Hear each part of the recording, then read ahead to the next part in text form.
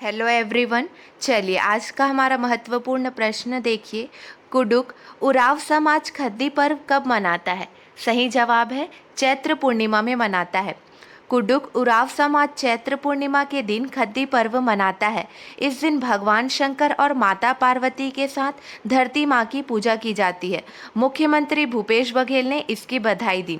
ध्यान दीजिए, खद्दी पर्व यानी धरती पूजा सरहुल चैत्र पूर्णिमा को पूरे विश्व में एक साथ एक दिन मनाया जाता है। अगला प्रश्न, छत्तीसगढ़ में पहली बार कहाँ इंडोनेशिया का खूंखार ड्रैगन मिला है? सही जवाब है बस्तर। बस्तर में पहली बार इंडोनेशिया का खूंखार ड्रैगन मिला है।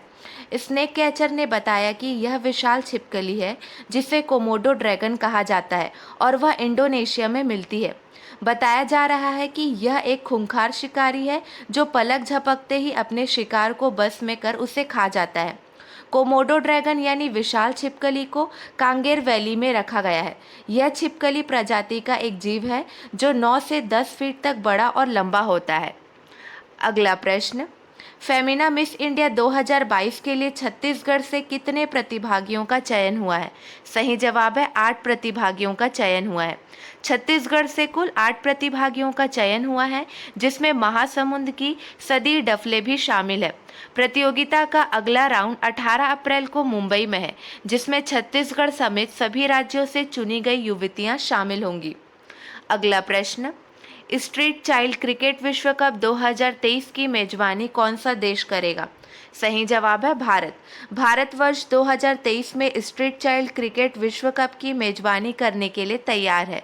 इस विश्व कप का आयोजन स्ट्रीट चाइल्ड यूनाइटेड और सेव द चिल्ड्रन इंडिया द्वारा किया जा रहा है।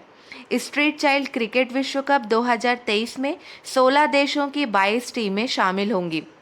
इस वर्ष भाग लेने वाले देश Bangladesh, Bolivia, Brazil, Burundi, England, Hungary, Mauritius, Mexico, Nepal, Rwanda, दक्षिण अफ्रीका, श्रीलंका, तंजानिया, युगांडा और जिम्बाब्वे हैं। क्लियर है? अगला प्रश्न, किस राज्य ने अंबेडकर जयंती को समानता दिवस के तौर पर मनाने की घोषणा की? सही जवाब है तमिलनाडु। तमिलनाडु ने अंबेडकर जयंती को समानता दिवस के तौर पर मनाने की घोषणा की। तमिलनाडु ने इस वर्ष से 14 अप्रैल को बी.आर. अंबेडकर की जयंती को समानता दिवस के रूप में मनाने की घोषणा की।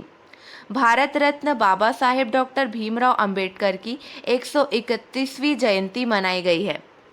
अगला प्रश्न, देश भर के कितने शहरों में स्वनिधि से समृद्धि योजना शुरू की है? सही जवाब है 126। देश भर के 126 शहरों में स्वनिधि से समृद्धि योजना शुरू की गई है। आवासन और शहरी कार्य मंत्रालय के सचिव मनोज जोशी ने 12 अप्रैल 2022 को 14 राज्य केंद्र शासित प्रदेशों के अतिरिक्त 126 शहरों में स्वनिधि से समृद्धि योजना का शुभारंभ किया है। अगला प्रश्न, मुख्यमंत्री भूपेश बघेल ने छत्तीसगढ़ का 33वां जिला किसे घोषित किया है? सही जवाब है खैरागढ़ छुई खदान गंडई को घोषित किया है। छत्तीसगढ़ का 33वां जिला खैरागढ़ छुई खदान गंडई होगा। इसके साथ साथ मुख्यमंत्री भूपेश बघेल ने साल्हेवारा को पूर्ण तहसील और जालबांधा को उप तहसील बनाने का भी ऐलान किया है। 3.25 साल के कार्यकाल में अब तक 6 नए जिले बने हैं। छत्तीसगढ़ के खैरागढ़ उपचुनाव में कांग्रेस की जीत हुई। यशोदा वर्मा ने बीजेपी उम्मीदवार कोमल जंघेल को 20 वोटों से शिकस्त दी है। मुख्यमंत्री ने खैरागढ़ को जिला बनाने का अपना वादा पूरा किया है। नए जिले के गठन का अधिकार पूरी तरह राज्य सरकार के पास होता है। वह किसी क्षेत्र को नया जिला घोषित कर सकता है। क्लियर है? खैरागढ़ छुई खदान गंडई के नया जिला बनने से पुराना राजनांदगांव जिला 3 हिस्सों में बंट जाएगा। इसी जिले में एक नया जिला मोहला मानपुर चौकी भी प्रस्तावित है। क्लियर है? अगला प्रश्न, छत्तीसगढ़ से किसने भारतीय जूनियर बालिका वेट लिफ्टिंग टीम में जगह बनाने की कामयाबी हासिल की है? सही जवाब है ज्ञानेश्वरी यादव ने कामयाबी हासिल की है। वेट लिफ्टर ज्ञानेश्वरी यादव ने भारतीय जूनियर बालिका वेट लिफ्टिंग टीम में जगह बनाने की कामयाबी हासिल की है। वे अब 19 अप्रैल से 12 मई तक ग्रीस में आयोजित world junior weight lifting championship में बालिका 49 किलोग्राम वर्ग में अपना हुनर दिखाएंगी। क्लियर है। ज्ञानेश्वरी ने हाल ही में ओडिशा में आयोजित की गई राष्ट्रीय जूनियर प्रतियोगिता में रजत पदक जीती थी, जिसके कारण उसका चयन भारतीय टीम में किया गया है। मुख्यमंत्री भूपेश बघेल को किसने भारत के मूल संविधान की प्रति भेंट की है? सही जवाब है श्री विनयशील। मुख्यमंत्री को श्री विनयशील ने संविधान की प्रति भेंट की है। मुख्यमंत्री भूपेश बघेल को उनके निवास स्थान में युवा नेतृत्वकर्ता श्री विनयशील ने डॉक्टर भीमराव अंबेडकर की जयंती के अवसर पर भारत के मूल संविधान की प्रति भेंट की है। अगला प्रश्न, हिंदी चादर पुस्तक के अंग्रेजी संस्करण का विमोचन किसने किया है? सही जवाब है मुख्यमंत्री भूपेश बघेल ने विमोचन किया है। यह पुस्तक सिख धर्म के 9वें गुरु श्री तेग बहादुर जी के जीवन चरित्र पर आधारित है। श्रीमती सिमरनजीत कौर जुनेजा ने इसका अंग्रेजी अनुवाद किया है। अगला प्रश्न, छत्तीसगढ़ में कहाँ लाइफलाइन एक्सप्रेस के माध्यम से विभिन्न रोगों का उपचार प्रारंभ हुआ है? सही जवाब है जगदलपुर। जगदलपुर के पास नकटी सेमरा में लाइफलाइन एक्सप्रेस के माध्यम से मरीजों का उपचार प्रारंभ हो गया है।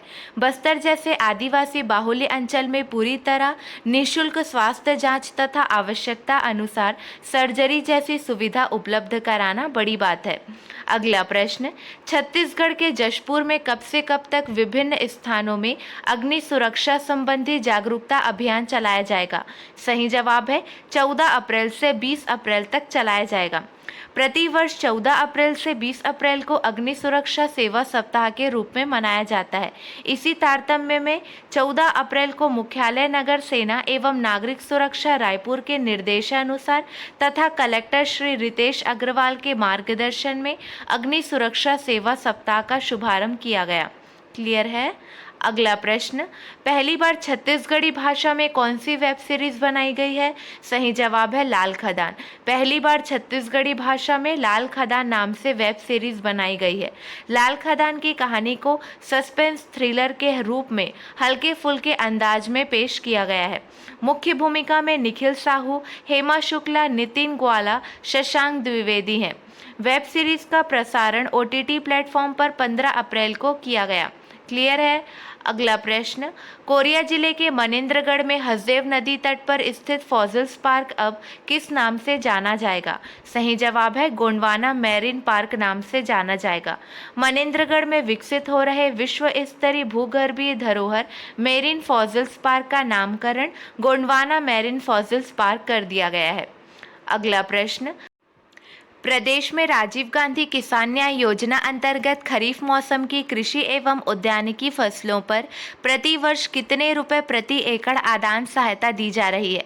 सही जवाब है 9,000। प्रति वर्ष 9,000 रुपये प्रति एकड़ आदान सहायता दी जा रही है। इन पॉइंट्स का भी ध्यान रखेंगे। पंजीकृत धान रकबे के स्थान पर सुगंधित धान, दलहन, तिलहन, उद्यानिकी वृक्षारोपण पर 10,000 रुपये प्रति एकड़ आदान सहायता है और लघु वनोपज संघ के माध्यम से कोदो कुट की रागी का 3,000 रुपये प्रति क्विंटल की दर से क्रय किया जा रहा है। क्लियर है। राजीव गांधी किसान न्याय योजना में 2 वर्षों में लगभग 27 लाख से अधिक किसानों को 11,180 करोड़ तथा वर्ष 2022-23 में 27 लाख किसानों को 7,000 करोड़ राशि का भुगतान किया जा रहा है।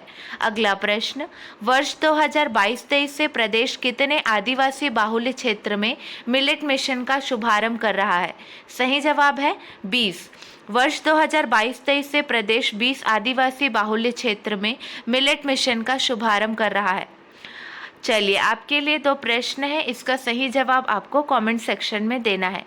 लॉयड का ब्रांड एम्बेसडर किसे नियुक्त किया गया है? अगला प्रश्न, छत्तीसगढ़ से किसने मच्छर मारने वाले रैकेट की किट का इस्तेमाल कर वुमेन सेफ्टी सैंडल और वुमेन सेफ्टी पर्स बनाया है? चलिए, कल के हमारे प्रश्न का सही जवाब देखिए। छत्तीसगढ़ का पहला ऐसा जिला कौन बन गया है जहां महिलाएं भी अब बिजली मीटर की रीडिंग लेंगी और स्पॉट बिलिंग करेंगी? सही जवाब है कोरिया।